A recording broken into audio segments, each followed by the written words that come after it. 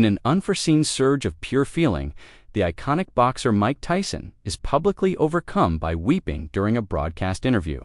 Upon being presented with a profoundly personal message from Ibrahim Traoré, the President of Burkina Faso, this poignant interaction reveals an improbable bond and shared esteem between two influential men from disparate walks of life, culminating in a moment of vulnerability so profound it would render the entire television studio speechless. The segment was scheduled as a routine promotional appearance. Mike Tyson, the one-time heavyweight champion of the world, was a guest on a prominent national morning program, there to talk about his latest book and a forthcoming documentary on Netflix. His demeanor was composed, a placid exterior that belied a subtle weariness, though his eyes remained as keen as ever. As the cameras began to broadcast, the host offered a warm smile. "Mike, you've experienced everything, but we have something for you today that you won't have seen coming." Tyson arched an eyebrow in curiosity. "And what would that be?" A member of the production staff brought the host a cream-hued envelope, adorned with gold script. "This message came in late yesterday evening. It's from West Africa, from the President of Burkina Faso, Ibrahim Traoré." A hush fell over the live audience. Even Tyson's own posture tensed, his jaw tightening almost imperceptibly. "He stated that it was intended for your eyes only, but he consented to us reading it on air. Should you agree?" Tyson, appearing hesitant, gave a slow nod. "Proceed," he permitted. What unfolded in the next few moments was more than merely startling. It was an event that resonated to the core of one's being. The contents of that letter would release something long dormant within Mike. A part of him the public had never witnessed, not the pugilist, not the entertainer, but the wounded youth concealed by the boxing gloves and the leader who had managed to connect with him across oceans. The host carefully unfolded the paper and started to read with deliberate pacing. "Dear Mr. Tyson, my name is Ibrahim Traoré, President of the Transition of Burkina Faso. I am not addressing you in my capacity as a statesman. I am addressing you as a young man who started with nothing, who witnessed you compete on a wavering television screen in a packed room."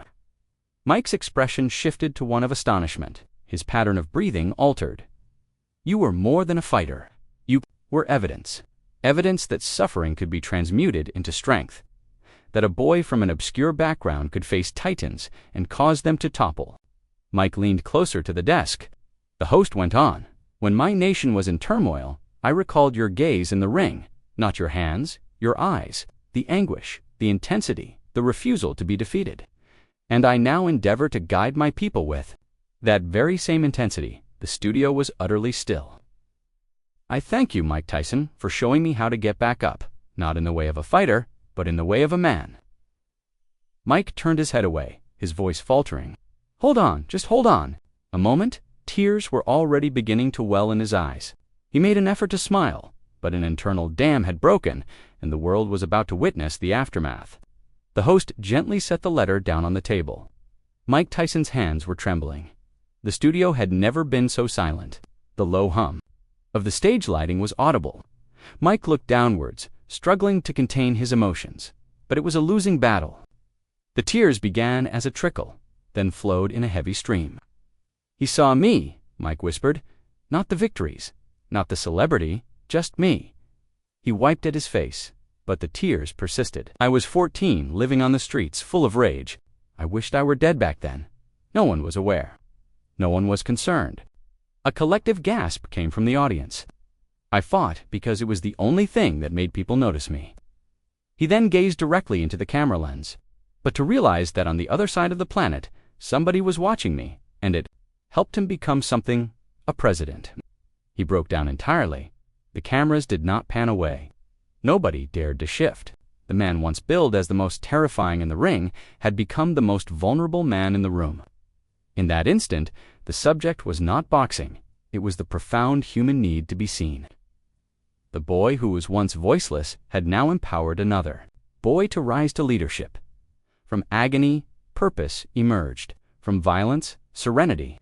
And from a simple letter, a process of healing began. When the program broke for a commercial, Mike remained seated in silence, continuing to dry his eyes. The host approached him discreetly, asking in a low voice, "Would you like to continue?" Mike affirmed with a nod. Yes, the world ought to hear this. The broadcast resumed, but this time there was no agenda, no list of promotional topics, only unvarnished truth. Ibrahim Traoré Mike began, his voice thick with feeling. I've never met you in person, but I have the sense that I know you. He clutched the letter as if it were a sacred object. I was not meant to make it out of my childhood. I was a petty criminal, a brawler. I was incarcerated before I ever understood what love was. The audience was captivated. But this individual, this president, he perceived strength in my hardship. He took a breath. People don't speak about the pain, the hunger, the nights spent hoping you won't wake up. But this letter, it let me know I wasn't by myself. The studio, once vibrant, with applause and bright lights, was now a space for contemplation. The tears of one man had transformed into a message for another. And now, the entire world was paying attention. That very evening, thousands of miles away, President Ibrahim Traoré was by himself in his modest office in Ouagadougou. The lighting was subdued, and an overhead fan whirred. His security detail remained outside, affording him privacy. He was viewing a live stream of the interview. As Mike wept, Traoré lowered his gaze, quietly brushing away a tear of his own. He felt it. He murmured in French. He truly felt it. On the wall behind him was an arrangement of photographs, not of world leaders, but of young children in modest schoolhouses of farmers, nurses, and soldiers, his countrymen. Beside them hung a small, framed picture of a young Mike Tyson, shirtless fists ready, his eyes ablaze. It was never about the boxing. It was about the resolve. A few paces away, his aide came into the room with news. The UN has made contact. They saw the interview. They wish to revisit the discussion on your educational reforms. Ibrahim acknowledged with a nod. Have them wait. Tonight is not for politics. He redirected his attention to the screen. Tonight is for truth. Back in New York, the interview's impact had spread with astonishing speed. Within hours, it had captivated millions. Segments showing Mike Tyson weeping over Ibrahim Traoré's letter saturated the internet. Public figures reposted it, schools showed it to students, and it brought cheers in refugee camps across Africa. But the story was far from finished. Shortly after midnight, Mike's phone rang. It was an unknown number with an international prefix. He paused before answering, "Hello." A composed, deep voice on the other end said, "Mr. Tyson, this is Ibrahim Traoré." A moment of silence passed. Mike's throat felt tight. "You're the person who wrote the letter." "Yes, and you are the man who showed me the way to survive when I was only a boy without shoes on his feet." Their conversation wasn't that of dignitaries or celebrities. It was the exchange of two survivors. "Thank you," Mike whispered. "No," Traoré countered. "Thank you. You gave me the fortitude to stand tall when the world demanded I bow." After a pause, "Would you consider coming to Burkina Faso, Mike?" Mike was taken aback, stunned. For what reason? Not for a prize fight, for hope. And in that exchange, two men, born on separate continents and marked by different struggles, had constructed a bridge forged in pain. Mike Tyson did not find sleep that night. Following his conversation with Ibrahim Traoré, he fixated on the letter, rereading it repeatedly. It contained no elaborate language, only honesty. A particular sentence resonated with him. "When I was 13, I fought not with gloves, but with hunger." That was the essence of Mike's own history. He recalled pilfering food from corner markets in Brooklyn, clashing with bullies, being confined to a juvenile detention facility. No one had faith in him, apart from a single trainer. It was just as Ibrahim had no one until he found faith in himself. The following morning, Mike's management team came into his dressing room with a full itinerary. Brand endorsements, training sessions, photo shoots, media junkets. He ripped the schedule to pieces. "I'm going to Burkina Faso." They looked at him, dumbfounded. "Mike, are you certain?" He met their gaze with the same intensity he once had in the ring. "This isn't about boxing any longer. It's about the child I once was and the boy he continues to be." 2 days later, Mike landed in Ouagadougou. There was no fanfare, no swarm of photographers, only the heat of the sun, the dust in the air, and the incredulous faces of the people. Barefoot children sprinted beside his vehicle, chanting, "Mike Tyson, Mike Tyson." But he hadn't come to be celebrated as a champion. President Traoré welcomed him at the humble government building without any cameras or scripted pleasantries, just a handshake that lingered with unspoken understanding. They didn't discuss state affairs.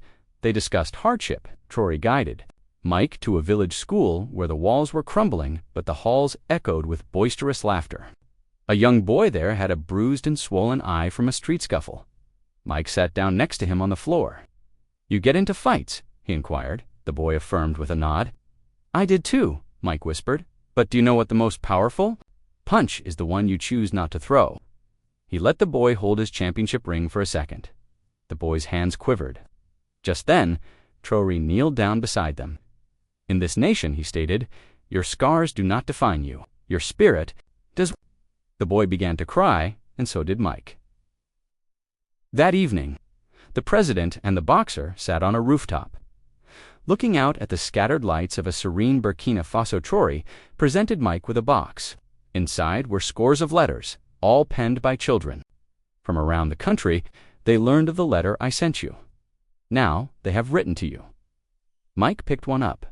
"Dear Mike Tyson, you are a lion that survived the flames. Please do not forget about us." Another one said, "My father passed away fighting to defend our village, but now I have faith that I can be as strong as you." Tears streamed down Mike's face. He held the letters as if they were made of pure gold. "These mean more than championship belts, more than anything I've ever possessed." Traoré nodded. "And now you understand, my brother, pain connects us in a way that fame never will." And in that stillness, a bond was cemented, not by influence or by diplomacy, but by two damaged boys who had endured. As Mike leafed through the final letter, one in particular caught his eye. It was written on a piece of torn notebook paper. "Dear Mr. Tyson, my name is Madi. I am 11 years old. My father was a soldier. He told me your fights gave him courage. He died last year. Now I try to be brave. I heard you cry. That means even lions cry. So maybe it is okay for me to cry too." Mike's hands began to shake. He was transported back to being 11, watching his own mother waste away. Feeling as though the world had no place for boys like him, he whispered, almost inaudibly, "Even lions cry." President Traoré observed him, his eyes full of quiet comprehension. "That boy Madi, he lives not far from here. Would you be interested in meeting him?" Mike did not reply with words. He simply nodded. The next morning they traveled for 2 hours over unpaved roads, past herds of goats, women balancing water jugs, and boys kicking around footballs made of plastic bags. When they reached their destination, Madi ran out, barefoot, his face illuminated with wonder. He wasn't seeing a boxer. He was seeing a wounded warrior, just like him. Madi stood motionless, clutching a photograph of his father in a soldier's uniform, the picture creased and faded as if it had been held through countless nights under his pillow. Mike kneeled to be at eye level with him. "You are more courageous than I ever was, little man," Madi blinked, his eyes welling up. "But I cry," Mike offered a gentle smile. "I do too."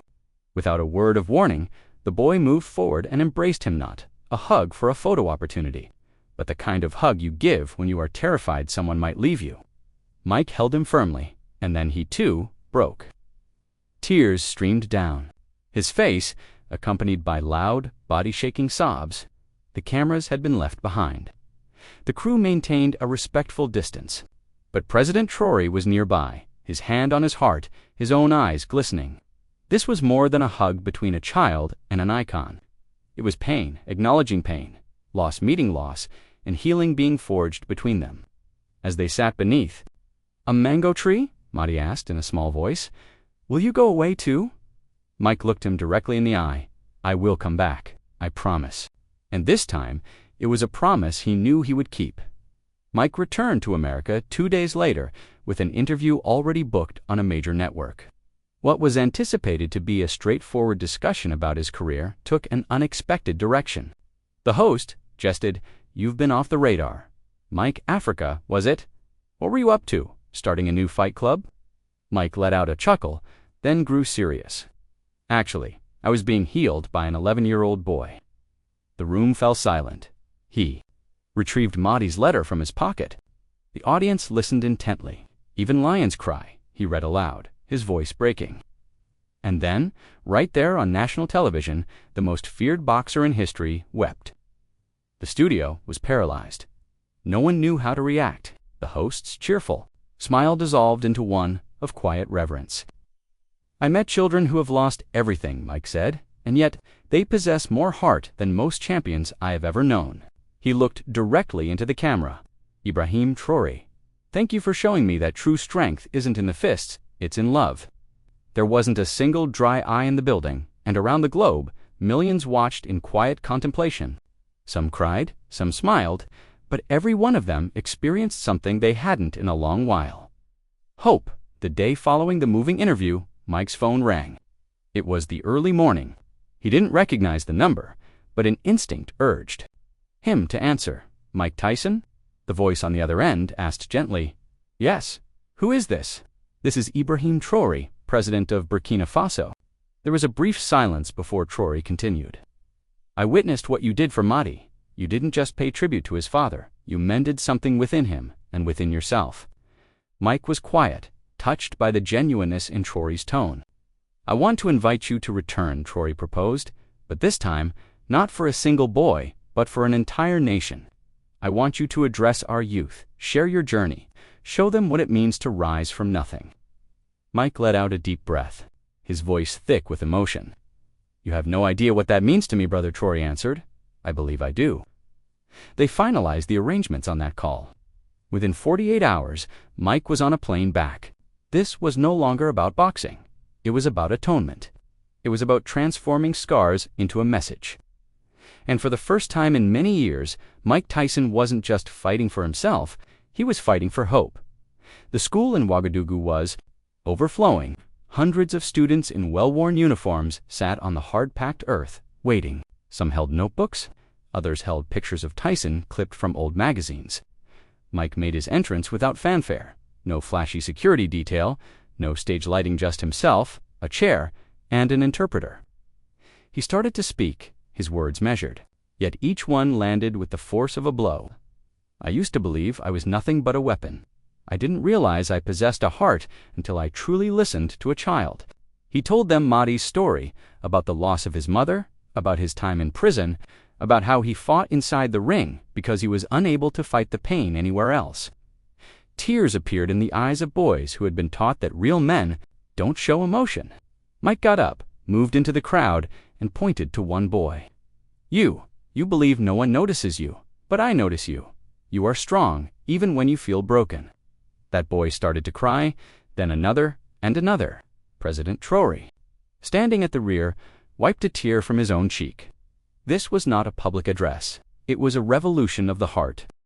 That night, Mike sat next to President Traoré beneath a canopy of stars.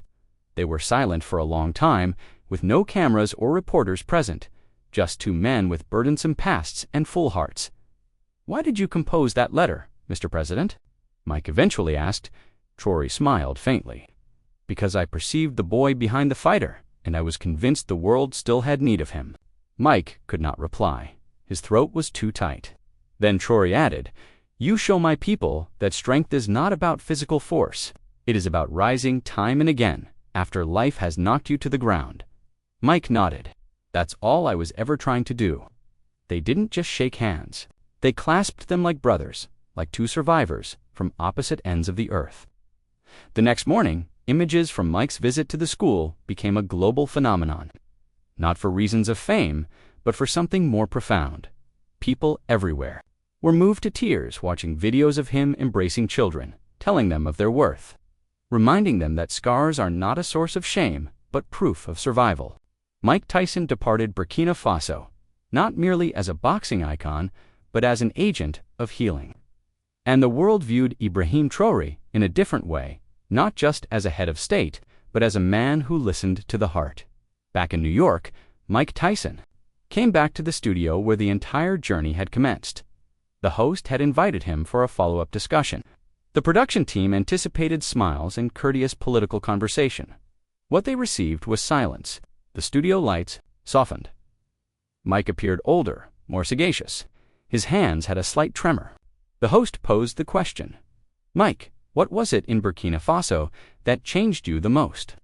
Mike gazed at the camera and whispered, "A child and a president." He then took a small drawing from his jacket pocket. It was from Madi, the young boy from the village. It was a simple sketch, Mike holding his hand, with Ibrahim Traoré standing behind them both, smiling. The studio grew completely quiet. Mike choked on his words. He said he doesn't want to fight anymore. Mike struggled to say. He just wants to grow. The audience was breathless. The host, normally ready with a quick remark, was at a loss for words. Mike's voice broke. "That boy, he gave me peace. And Traoré, he gave me a purpose." A tear traced a path down his cheek, and for the first time, the world saw not a combatant, not an icon, but a man who was, at long last, healing. After the program concluded, Mike sat by himself in his dressing room. A crew member entered, carrying a brown envelope. "This just came. International post," she said. Mike opened it with care. Inside was a second letter from President Ibrahim Traoré. The script was recognizable, and the words were even more so. "My brother Mike, they refer to me as a president, but I am simply a man with dreams of mending dreams of harmony. Your visit served as a reminder to all of us that pain is not a conclusion. It is a commencement, if we have the courage to experience it rather than to fight it. Burkina Faso is grateful to you. I am grateful to you, and the boy now, sleeps without turmoil." Mike stared at the page. For the first time in years, he murmured a prayer, not for his own sake, but for every wounded child in the world, and for every leader who possesses a heart. He pressed the letter against his chest. "I was never the baddest man on the planet," he whispered. "I was just a boy waiting for someone to hear me, and at last, someone had." 1 week, that was all it took to alchemize pain into purpose. Mike Tyson stood on a building's balcony in Harlem, observing a small cluster of children sparring below. He wasn't acting as their trainer, he was simply there. When one of the boys stumbled, Mike didn't laugh. He descended the stairs, helped him up and said, "Every time you fall, you learn how to stand up again." His phone vibrated. It was a photograph from Burkina Faso. Madi was smiling, standing next to a brand new boxing facility. The gym was named the Tyson Hope Center, funded by the government of Burkina Faso, with a dedication signed by President Traoré himself. Mike shut his eyes. The world had once labeled him a monster. Now, a boy an ocean away saw him as a guide. And that, he realized, was more than enough. The story concludes, but its emotional truth lingers. Your tears are a testament to its power. If this account moved you, know that it is a reflection of our shared humanity. Such true stories of healing remind us of our capacity for compassion and second chances, proving that even the most hardened among us yearn for someone to believe in them. Until the next story, let us remain human, and let us remain kind.